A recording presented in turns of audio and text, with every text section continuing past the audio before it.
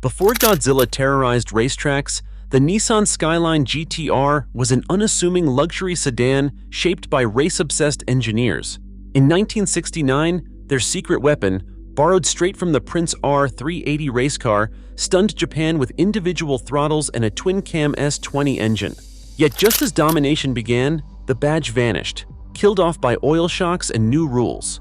Why did the GT-R go from hidden genius to silence, and what forced its resurrection? This is the untold story behind every legend you think you know. Shinichiro Sakurai's team didn't just borrow ideas from the racetrack, they lifted hardware straight from the Prince R380, Japan's purpose-built Grand Prix challenger. The R380's GR8 engine, a high-revving twin-cam straight-six, became the blueprint for the S20. That S20, with its individual throttle bodies and four-valve heads, landed in the 1969 Skyline GT-R, the PGC-10. On the street, it looked like a boxy sedan, but under the skin it was a race lab in disguise. 5-speed close-ratio gearbox, limited slip differential, and suspension geometry honed on circuits. The Hakosuka Coupe followed, cutting weight and sharpening the silhouette. In just 3 years, the GT-R racked up 52 touring car wins, proving Sakurai's vision. Racing tech could live in a family car. Every detail, from throttle response to chassis balance, was engineered with the track in mind, even if most owners never saw a starting grid.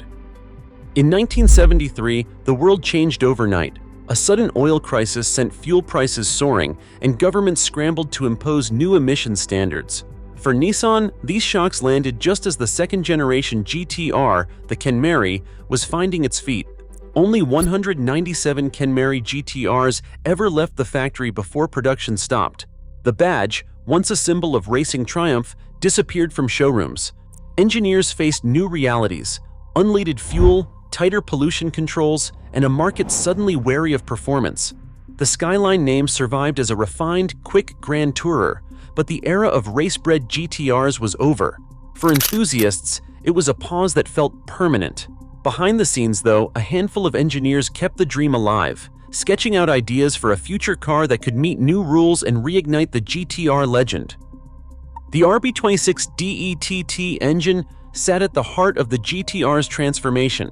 On paper, Nissan claimed 276 horsepower, a figure repeated in brochures and magazines shaped by Japan's industry-wide gentleman's agreement to limit advertised output.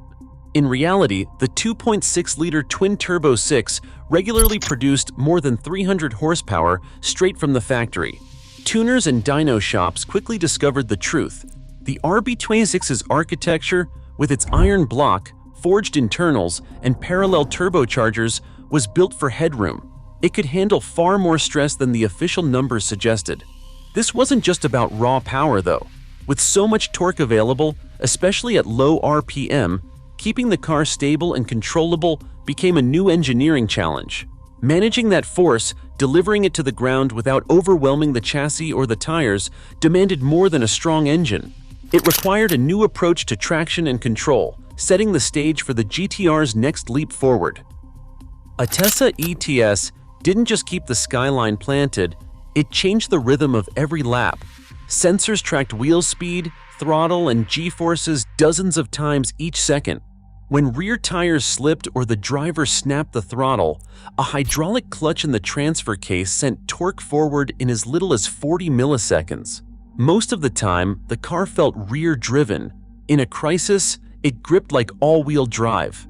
Super High-Kes added another layer, nudging the rear wheels by a degree or two at speed, letting drivers like Mark Scaife carve precise lines while rivals fought understeer. These systems didn't just win races, they forced officials to react. In Australia, the GT-R's victories triggered a cascade of penalties: extra weight, tighter boost controls, and public debate over fairness. Bathurst 1991 saw Scaife and Jim Richards take victory despite the handicaps. In 1992, a rainstorm and red flag handed them a controversial win, drawing boos from the crowd and a sharp retort from Richards. By 1993, the rulebook was rewritten. Group A was out, V8s were in, and the GT-R's reign was over, not by defeat, but by regulation. The R33 GT-R, released in 1995, traded some of the R32's rawness for greater stability and composure at speed. Chassis stiffness increased, and the Atessa ETS Pro system introduced an active rear differential, allowing the car to fine-tune torque side-to-side for cleaner exits. Super High-Kiss rear steer became more precise, trimming high-speed lines with less drama. By 1999, the R34 GT-R took this concept further. Its electronics processed data faster, and the new dash-top multifunction display, developed with input from Nismo engineers, let drivers watch live boost, lap times, and G-forces. The platform matured from brute force to a data-driven instrument, blending race logic with street usability.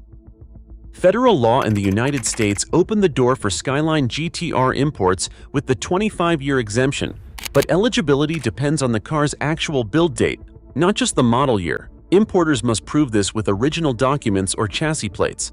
Even after clearing customs, state registration and emissions rules vary. Places like California can block road use, while others are more lenient. Scarcity, racing heritage, and legal hurdles combine to send prices soaring, especially for rare trims with documented histories. In 1969, Nissan's records show the first Skyline GT-R hit the road with a race-derived S20 engine, an engineering leap rooted in Prince Motor Company's earlier circuit experiments. Over the next decades, the GT-R forced touring car officials to rewrite rules, as seen in the documented Bathurst controversies of 1991 and 1992. Atessa ETS and Super High-Kiss, both detailed in Nissan's technical papers, changed how cars handled power and corners. Yet, some facts stay hidden. Internal engineering debates and full dyno results from early RB26 engines remain unpublished. Today, U.S. import laws shape who can own these cars, with federal documents confirming that only models over 25 years old are exempt. Auction records show values rising, driven by rarity and proven performance. The Skyline GT-R's story, supported by race results, legal files, and factory blueprints, proves how one car's evolution can challenge industries and inspire generations, leaving a legacy measured as much by its impact as its speed.